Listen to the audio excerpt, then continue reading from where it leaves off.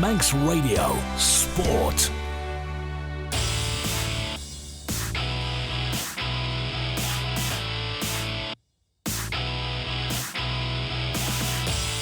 Welcome on Manx Radio AM 1368 to Saturday Sports Classified Results, reaction and analysis to the sporting action taking place on the Isle of Man this afternoon. We'll kick things off straight away with your classified results for Saturday, the 3rd of May 2025. So, starting with football. The Manx Quality Sheds Hospital Cup semi-finals. Ramsey 3, Peel 1, after extra time. Laxey 9, Douglas High School Old Boys 0. The Paul Henry Gold Cup semi-finals. Braddon 5, Colby 2. Canada Life Combination 1. Foxdale 0, Onken 2. In rugby, local friendly match, Southern Nomads 50, Isle of Man Barbarians 24. The Manx Cup final, Douglas 74, Vagabonds 19. Those are your classified sporting results on the Isle of Man for Saturday, the 3rd of May 2025. We're going to turn our attention first to the footballing side of things, and with it very much being crunch time across the respective competitions this season, the campaign shortly coming to a close over the space of this month, the cup competitions are very much in the spotlight, and one of those among the action today was our football correspondent, Tony Mepham. Well, Tony, before we get to the results today, of course, some sad news today, unfortunately, in the Isle of Man football community. For those who haven't seen the news coming out of Moran AFC today, the club has confirmed the death of its president and treasurer, Keir Morris. In a statement, the Moran AFC first-team manager, Dave Brew, has said the following: "It's with a very heavy heart that I have to let you know that our president, treasurer and big brother, Keir Morris, sadly passed away late yesterday. Keir was instrumental in our 2 promotions over the last 10 or so years.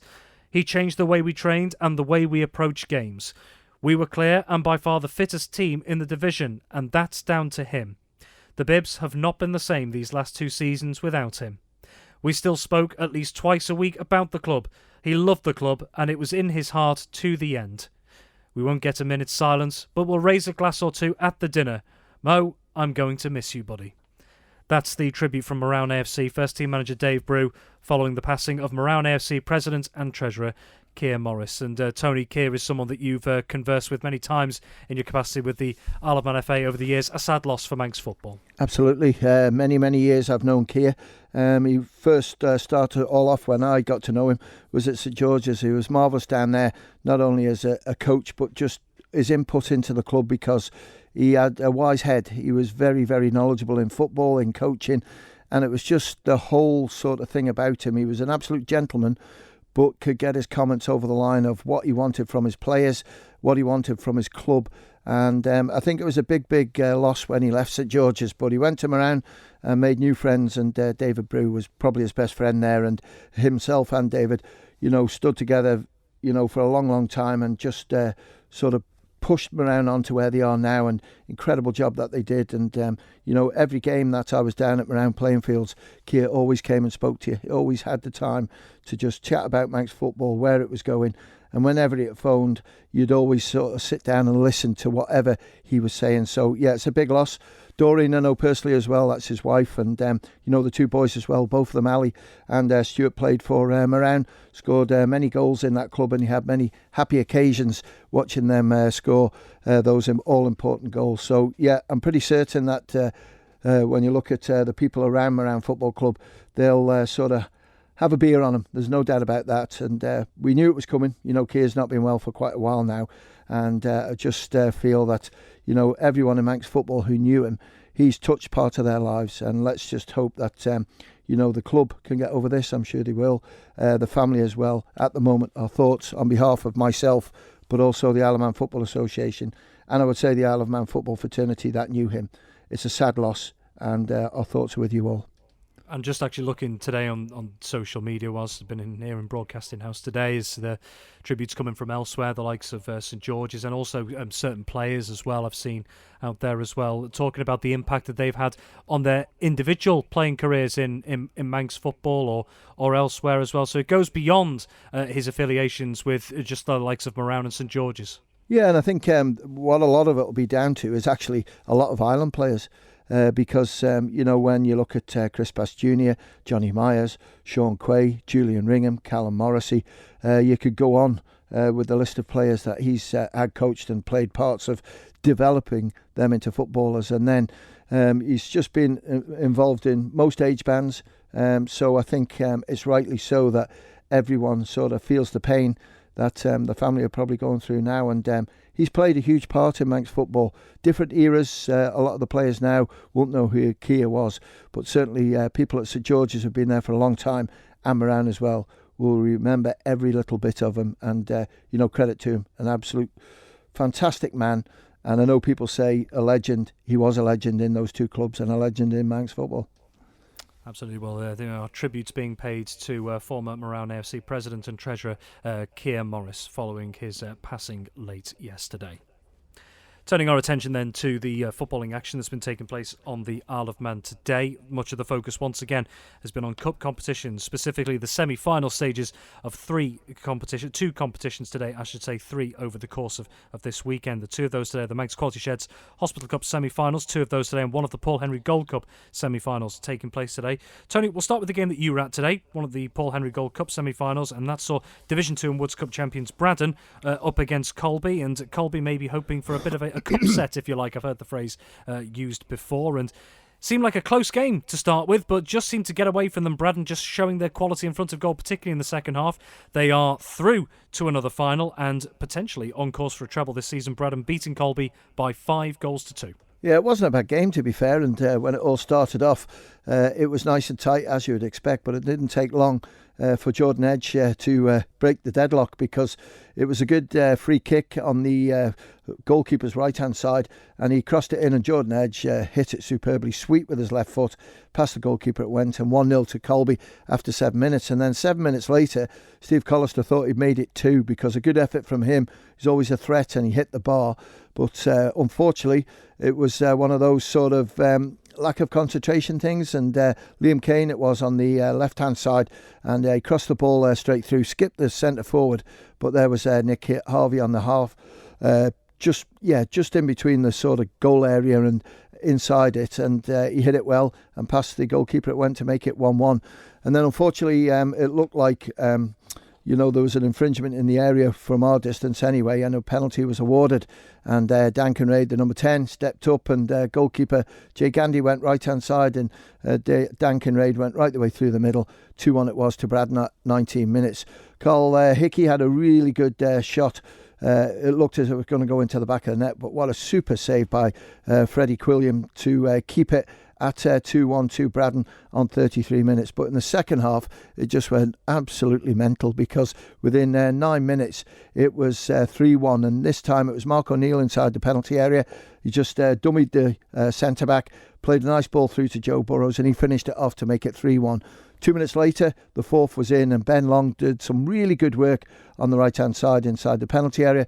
Little high flick up, and Liam Kane was there, put it to the goalkeeper's left-hand side. 4-1 it was, and Liam's not going to miss chances like that one. But then, unfortunately, 3 minutes later, the fifth one went in, and this time an own goal. But I don't blame Martin Vegas-Brown, the centre-back for the number 5 for Colby. He couldn't do anything about it. The ball was coming in at power, and he headed it, and it just continued over the line. I think it's an own goal. It hadn't crossed the line, and he directed it. But then Colby did get one back towards the end. Substitute Paul Whitley made it 5-2, but it didn't matter. Colby deserved it in the second half performance, and they go through to the final. We haven't got a date, we haven't got an opposition, but a good result for them. So would it be fair to say that a 10-minute spell in the game has cost Colby in this one? Very much so, and they'll know that. They had chances in the second half, Colby. Not many. Colby had quite a few, but it was just a little bit of miscommunication at the back for Colby. I think that found him out. Carl Hickey couldn't really get too many chances on goal. He had a couple of half chances, but just all round, Braddon looked the well-equipped team. Joe Burrows will always come up with the important goals. Liam Kane, we know what a threat he is, but just all round, they were better. And I thought Freddie Quilliam did really good in what he had to do in keeping the goals out to stop Colby getting back into the game. Just a reminder as well, for those who don't know, the other Paul Henry Gold Cup semi-final between Ramsey Youth Central Old Boys and Douglas High School Old Boys, that's due to take place next Tuesday, the 6th of May. That game is rescheduled due to Douglas High School Old Boys' involvement in the Manx Quality Sheds Hospital Cup this afternoon. That's the competition we're going to turn to now, because both semi-finals took place there. First off, we're going to turn to the all-Premier League affair that took place at the Ballyclone Stadium today. The defending champions Ramsey up against this season's Canada Life men's Premier League champions Peel, and nothing to separate these two sides after 90 minutes, Tony, but the Northerners getting the job done in extra time on what was a beautiful day for football at the Ballyclone Stadium today. Ramsey, their second final in as many years, beating Peel by 3-1. Yeah, congratulations to Ramsey, commiserations to Peel. We said last night that this was going to be tight, and it was tight because it went to extra time, and it wouldn't have been fitness. I think it's just excuse me, the finishing powers of Ramsey. Matthew Jonesy it was who got the goal in the first half. 46 minute was first minute of injury time in that first period. It was a penalty, and it was just one of those 50-50 penalty, I think, the way it's been described to me. But the referee just said, no, it's a penalty. And Matthew Jonesy scored it, and 1-0 it was. But then when you got people like Thomas Brown in your side, Peel always knew that they had a good chance. And on 73 minutes, Thomas Brown made it 1-1. And 1-1 it was into the extra time. That's where it all sort of changed, because 5 minutes into the extra time, Ollie Ayres got a goal now. I've marched on about him a couple of times now. I just think he's a real prospect for the Senior Island team, and he scored an absolute belter to make it 2-1. And then Charlie Higgins, who made it all nice and safe on the 109th minute to make it Ramsey 3, Peel 1. And in the other semi-final over at Glen Road, that saw Laxey taking on Douglas High School Old Boys, who, while in Division 2, have been promoted to the Canada Life Men's Premier League next season after winning against Ramsey Youth Centre Old Boys in midweek at Blackberry Lane. So maybe a bit of a litmus test in some ways for Douglas High School Old Boys going into next season. Laxey will have been hoping to avoid any form of complacency, and they've certainly done that today. So we are going to have a repeat of last year's Hospital Cup final, because Laxey have beaten Douglas High School Old Boys by 9-0 this afternoon. Yeah, and I think you're right, Rob. It's given Old Boys a direction of what's coming next season, because Laxey are a good side, but they didn't win the league or anything, so it's proved a tough afternoon for them. Ben Wazza got the first 3 goals, so they were 3-0 up, and Ben had scored them all. And then I think it was George Burrows who made it 4. Ben Wazza got another goal to complete his 4 goals, and George Burrows got another one. And second half substitute Eric Hill came on, and didn't take him long. He got one, I think, within a couple of minutes, 2 or 3 minutes, and then he got a second one. And Matty Ogden got the other one. So a really comfortable result. And as you rightly say, it's a repeat of last year's Manx Quality Sheds Hospital Cup final. It's Ramsey against Laxey. That final due to come up in 2 weeks' 17th, time on 2 the weeks 17th. Today. Yes, indeed. So we can preview it near the time, Tony. But just on the face of it, at least, exciting times for Ramsey and Laxey. Yeah, I think it is. And last year was pretty exciting for well, not exciting. The game was okay, but it all sort of went pear-shaped towards the end. But we'll leave it at that one. But I think Ramsey have shown they've grown into the league in the second part of the season, and in this cup they've had a really good run. And when you sort of look, they're in the Cal Cup final as well. Time is on their side, isn't it? They've got a lot of good young players coming through, so they're only going to get stronger and stronger. But Laxey have equally got a really talented bunch coming through. There's an awful lot of that in Manx football at the moment. It's a real golden sort of age for 16, 18-year-olds, given the opportunity to play and actually ousting some of the top boys out of their position. But it's hard to say. We'll see what players are available near the time. There's a couple of weeks, and I think Ramsey have got a stag weekend next week as well. So there's still plenty of celebrations to go on. But, congratulations to both clubs, and well done to Old Boys, to be honest with you, to get into the semi-final and getting promoted midweek. That's what it's all about, and well done to them. So yes, Ramsey will take on Laxey in a repeat of last year's Hospital Cup final for the 2025 version of the event in 2 weeks' time on the 17th of May. Well, outside of the Cup competitions, we did have just the one league game taking place, a bit of a clearing up process. That was in Canada Life Combination 1, where bottom of the table Foxdale came up against newly crowned Canada Life Combination 1 champions Onken. They won the league title in midweek after not having to kick a ball, in fact, because of their nearest challengers Ramsey suffering a 4-2 defeat at the hands of Russian Russian United. So the last game of the season for both these sides, not going to affect the table. Finished at Billy Goat Park today. Foxdale 0, Onken 2. Onken winning the season, a very positive season for them. But Foxdale, Tony, although bottom of the table this season, a respectable scoreline for them against the champions. Yeah, it is, and well done to Foxdale.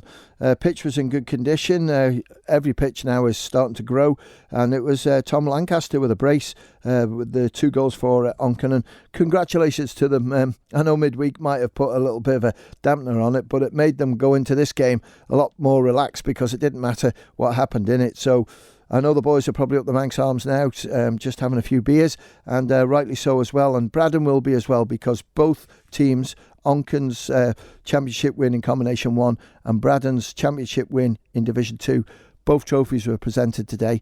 So players, enjoy yourselves. You've had an incredible season. Braddon have got a little bit more to go, but Onken retain their premiership place, which was important for them. And with the players that they've got coming through, there's good years ahead for them all. Just before we take a look at what's coming up tomorrow, because of course there's more cup action on the Isle of Man tomorrow, Tony, we do have a bit of an update with regards to the Cowell Cup competition as well. Yeah, a little bit of confusion what's going on, and what's happened is that the game midweek, Russian were beaten 1-0 by Braddon, but since then we've just checked on things, and a player for Braddon shouldn't have played. Now, that's not Braddon's fault. It's an error by the Isle of Man Football Association. We take responsibility on that one. And we looked at it with the disciplinary issues with it, and it was quite clear that the indications hadn't gone out to Braddon that the player was suspended. So we sat and looked at it hard last night, and we've decided, with the agreement of both clubs, to replay the game, but the player will miss the game because, unfortunately for him, the suspension will stand. So that's the plan. So that means we've lost our final date, which was next Thursday. So the rearranged game, which is Braddon against Russian, will be played next Wednesday. And then we're going to have a look at the Cal Cup final, because the date provisionally put down again for the second time will now have to be reviewed, because obviously Ramsey are in both. You can't really expect a lot of players to be playing in both games when there's a lot of players from that Cal Cup team playing in the first team. So we'll have a look at that one. We haven't got a date yet anyway. Okay, Tony, thank you for that update there. Well, before we let you go, we'll just take a quick look at what's going on tomorrow, because the Cup action is continuing. The Ascot Hotel Junior Cup semi-finals taking place. 4 teams still vying for a place in that final. So with those 2 ties, we'll take a look at the one between St Mary's and Russian United. Tony, where do you see this one go? Well, I think Russian at the moment are looking favourites for this competition, because they've been strong right the way through. They've got some good players qualified, as well with St Mary's. They have as well. And any team with Jamie Skillen in, they can score some goals. And if he plays, then that'll make it difficult. This game is played at the Bowl. We've got the Bowl for them, but it's 2:30 kickoff, not 2 o'clock. It's been changed purely to the booking. But St Mary's will make it difficult. It's a big pitch, but I think Russian United will just prove a little bit too strong to St Mary's. And in the other semi-final tie, St John's United, who've taken a couple of big scalps in this competition already, including Onken, the Combination 1 champions. In fact, they'll be up against Ayr United. Yeah, and I think, again, St John's start off as favourites in this. Ayr United, a lot of players in that team that I haven't been able to watch, so a bit of unknown source, but the reports last week when I heard when they played Corinthians, it was one of those that, Ayr United just had a little bit more savvy. But St John's have got the league's top goal scorer in there, Liam Sale, and I'm pretty certain that he'll be looking to continue his good run in this cup competition, scoring goals. So I'm going to go for St John's and Russian for the final. So, Tony, thank you very much indeed. Manx Radio Sport.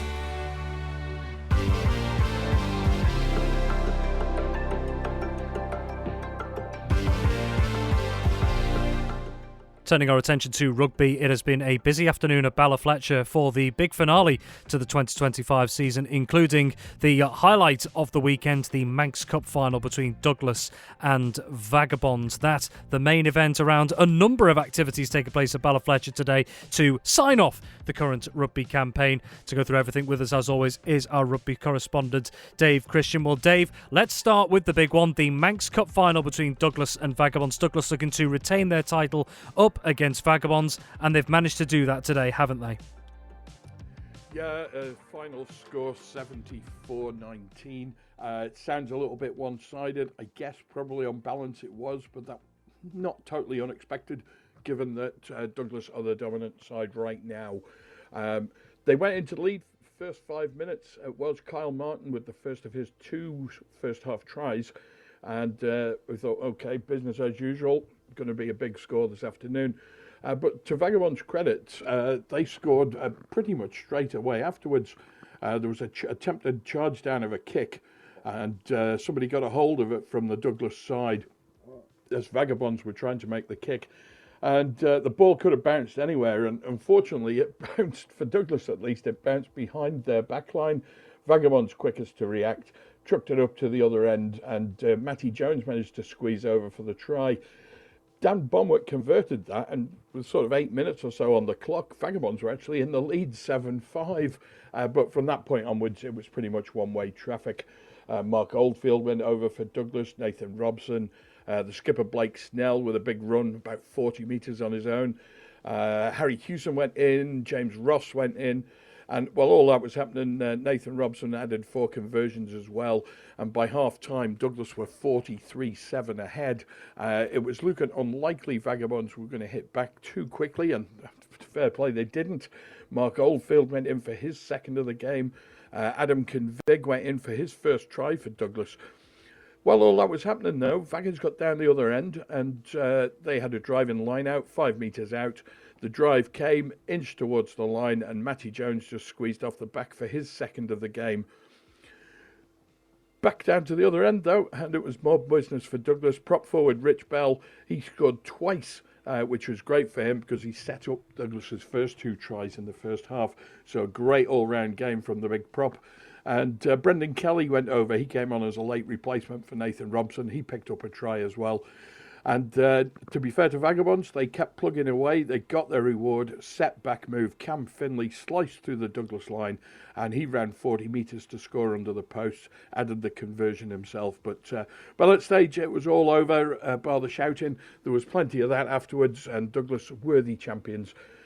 Nobody really got near them. I think the closest score in the various qualification games was a 50.5 win over Ramsey. So they are that much better than everybody else right now. So fair play to Douglas. And again, fair play to Vagabonds. They made a game of it, and Douglas will definitely know they've had a match this afternoon. It wasn't all one-way traffic, even though the scoreline perhaps flatters Douglas a little bit. But fair play. If you do the hard work, you get the reward at the end of it. And before that game, there was the Manx Plate game. Now, I'd originally been told this was a friendly between Southern Nomads and an Isle of Man Barbarian team. Of course, Ramsey withdrew from the competition. So the Barbarians stepped up. They put up a good fist of it, but it was Nomads won that one 50 points to 24. So a bit of a reward there for Big Steve McHugh and Al Corran, the 2 coaches for Nomads. They took over mid-season, and they got a little bit of silverware to give them a little spring in the step at the end of the season. Just coming back to the Manx Cup final, Dave, and a point you raised about Douglas and Vagabonds and the competitive side of it, and when we spoke on Friday Sport Preview last night, you were hopeful that even if there is a bit of a gulf in terms of the leagues, these two playing throughout the regular season, you were hopeful that Vagabonds could show some positives today. They've put up a good fight despite the scoreline. Yeah, definitely. They were missing a couple of players as well. The player that stood out in the games I've been watching them in the league so far this season has been Tom Gascoigne.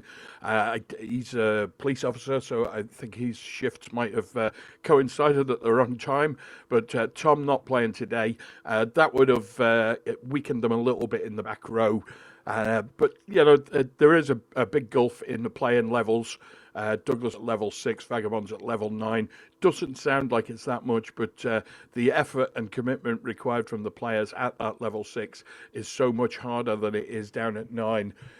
They're expected to do extra training. They're spending time building up muscle mass, and they really are a different physical characteristic to the average club player down at the level of Vagabonds, Ramsey and Southern Nomads. So it is a big effort to play against them, and fair play to Vagabonds as well. They've had a tough season. That run from Christmas to the end of the season has been horrible for them. It was the week before last, I think they played 3 games in 7 days. It's really been punishing. And that's for a really grassroots amateur level. It's an awful lot of commitment to ask for the players. Fair play to them all because they've stood up and they've been counted when it matters. And it would have been nicer to see a closer game, but the cards you're dealt with are the ones you've got to play with, and unfortunately we're a kind of small community over here, and there's not much option for anything else. Well, we'll wrap up the season in more detail at a later time, but just quickly before taking a look at the other game, Douglas, dominance from them in the local competitions, and of course a record high finish in Regional 2 Northwest in the league this season. Do you think Phil Kringle will be feeling positive about his team's campaign? Oh, most definitely. He needs. I think the place he'll look first is the bonus point column in the league table. That tells them if there are losing bonus points that there are some additional points they can pick up in league matches. Bonus point for losing if you finish within 7 of the opposition, which is a converted try. So if you've got 2 or 3 losing bonus points in your bonus point column, you've got a little bit of work to do, but not that much to gain more positive results. I know they're advertising for players. They're offering a relocation package for anybody coming to the island. So they're obviously looking to build for next season. They want to try and go 1 level up if they can. They weren't too far away. I think they finished 6th. 3-4 wins might have put them up there in amongst the promotion places, and that's not that much work for him to do next season. He gets a couple of players in, he won't be too far away.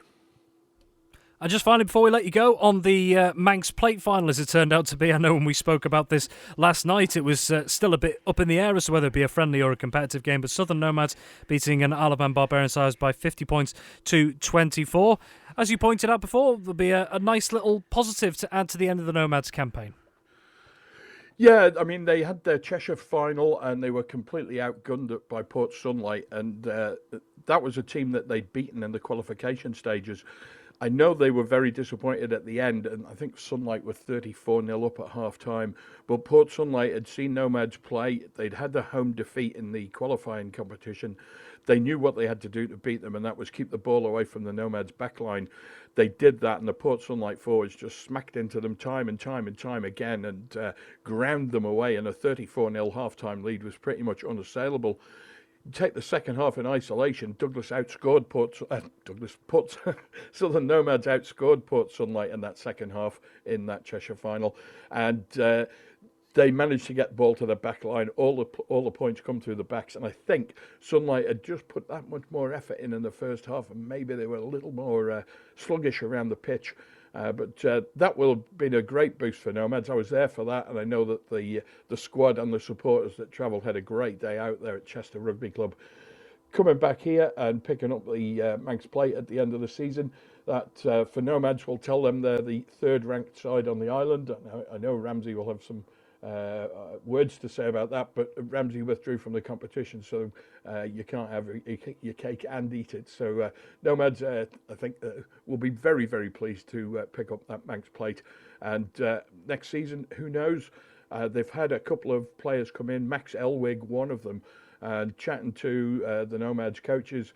Max is a doctor on assignment at Nobles, and they're not sure whether or not he's going to go at the end of the season or not. But if they can keep a hold of him, it'll be a great boost for them next season, and we might see them back in the Cheshire final again. Dave Christian, thank you very much indeed. Manx Radio Sport.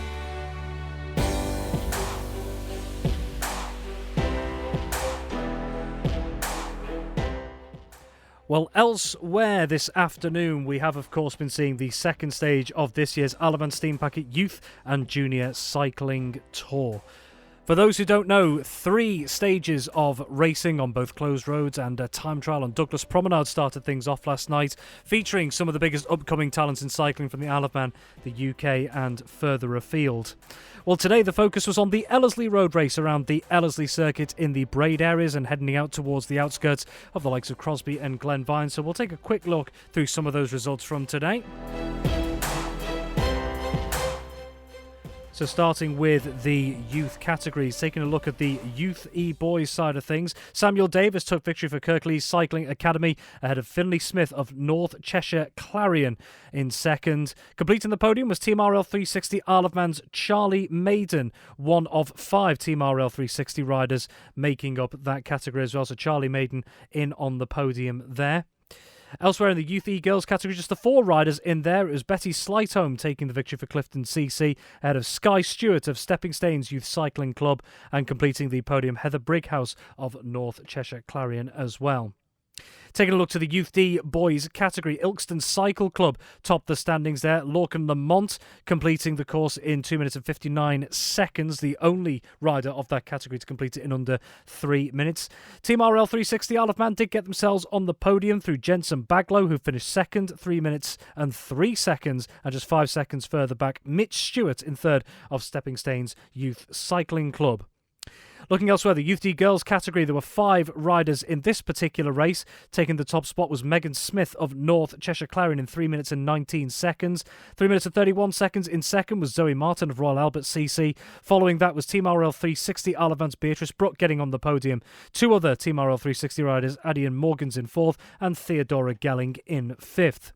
Into the Youth C Boys category, quite a lot of competitors in this particular category, and it was an Isle of Man victory courtesy of Kieran Grimshaw of Team RL 360, completing in 28 minutes and 48 seconds. 43 seconds clear of second place Alfie Assels of Matlock CC, Kobe Stewart of Stepping Staines Youth Cycling Club completing the top 3 there, so an Isle of Man victory in that category. In the Youth C Girls category, 360 Cycling was on the top step, courtesy of Libby Winkley, and then Erin Denwood and Isabella Quay of Team RL 360 Isle of Man. Isabella, they completed the course in second and third, respectively. In the Youth B Open, it was Manila Cycling that took the victory through Daniel Shipton, 51 minutes and 33 seconds, just 1 second back. Josh Stewart just missing out on top spot of Stepping Staines Youth Cycling Club. Cody Bassett of Matlock Cycling Club finishing third, just 3 seconds further back as well. So quite a tight finish between all of the top 3 there. In fact, 4th and 5th only 3 and 5 seconds back respectively. 6th and 7th 17 and 30 seconds back respectively. So quite a close finish there, I should say. In the Youth B Girls category, it was won by Katrin Thomas of TACS Racing Composite, Annie Fern of Kirklees Cycling Academy just 1 second back in second, and then 4 seconds back further for 4T Plus Cyclopark, I should say, Ava Gibson taking third spot in that one. And in the Youth A Open, it was Finlay Storey taking the top place for GKR Racing ahead of Daniel Davies of Maindy Flyers CC. The Isle of Man on the podium again, though, courtesy of Daniel Minet. He finished third for Team RL 360 Isle of Man. 55 minutes and 3 seconds. That's 36 seconds back off the eventual race winner, Finlay Storey.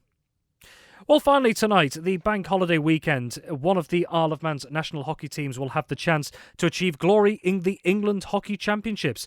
The Isle of Man Ladies B team is set to face Sunbury and Walton Hawks in the final of the Women's EH Tier 3 plate at Lee Valley in London on Monday. Well, ahead of the trip, we caught up with the team's coach, Jamie Brown, on this week's edition of Friday Sport Preview.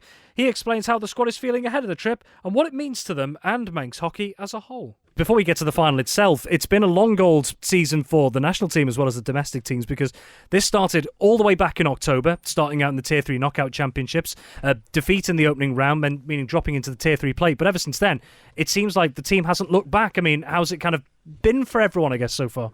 Yeah, well, for the Island B team, it's been a sort of like it's the squad's sort of mixed with juniors and seniors experience and the legs basically, and that team really gelled from even losing in the first game. They took that, learned lessons, and really jumped into the next game and wanted it.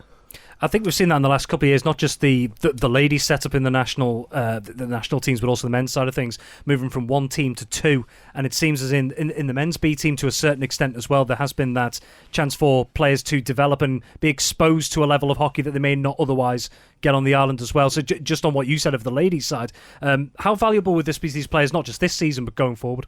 Well, that's it. And I don't want to call it a gap team, but they're sort of filling in this spot between the under-18s and the senior men's, that when they leave the under-18s team, there was a few players getting lost, And they've really, a few certain players, especially the ladies in the men's B team this year, have really stepped up, and they wouldn't have this exposure to English hockey that we're given, that they've got the chance to play in.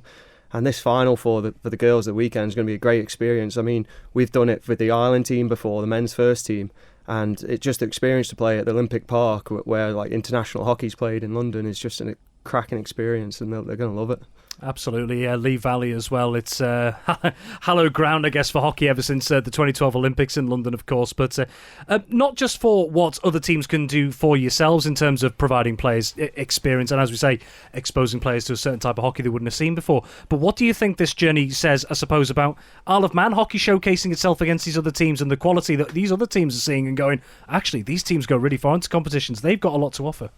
Well, that's it, and we've always said like the small island punches well above its weight in most sports categories, but hockey is the same, and for such a small nation, we do really well. And the island men's, for example, we're away at counties next weekend. I'm sure we'll probably be back up here, but they compete against really large counties and massive populations, where in the millions rather than us in the thousands, where we really do punch above our weight. Absolutely. We'll turn into the game itself this weekend. So Bank Holiday Monday, 12:30 pushback at Lee Valley against Sunbury and Walton Hawks as well. Very generally, how's everyone feeling about it? Yeah. It's been. I mean, we had I'm going to call it a tough training session on Tuesday night down at KWC, because I think there was a lot of nerves and people were excited. We're trying to get a few set pieces and everything sorted before we go away. And it's been hard as a coach, because we've had 20 odd players in the squad itself, and we've got to drop it down to 16. So we've got 16 in numbers, and we've got probably another 16 supporters coming down. So we're hopefully to have good numbers down there supporting us. Like I say, is it a nice problem to have though, like you say, with 20 odd in the squad and having to whittle it down? Of course, some are going to have to be disappointed, but is that a nice problem to have, knowing you've got that quality outside of, let's say, bare bones, shall we say? Yeah, absolutely. So obviously it gives your coaches and your managers a bit of a headache, but to have the quality and the choice and to pick the players we want is a great experience. Yeah.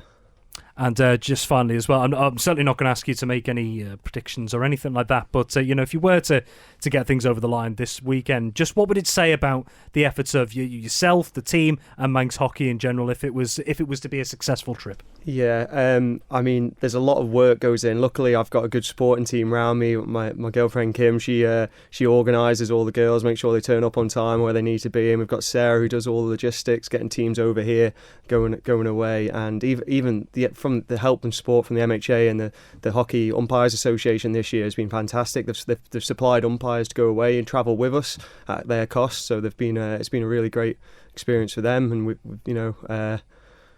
I don't want to put any scores on it, but the girls can go the whole way comfortably, I reckon.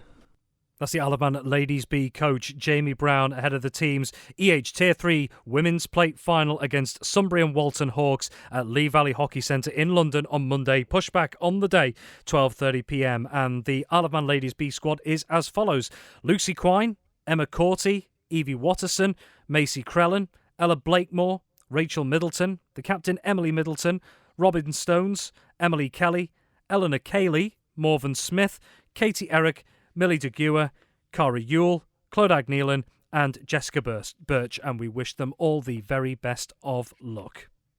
That's all we have time for on Saturday Sport Classified this week. Many thanks once again for joining us. Have yourself a wonderful evening, whatever you're doing, and have a wonderful rest of your weekend as well. We'll now be handing back over to Manx Radio Gold. From us here, until next time, it is bye for now.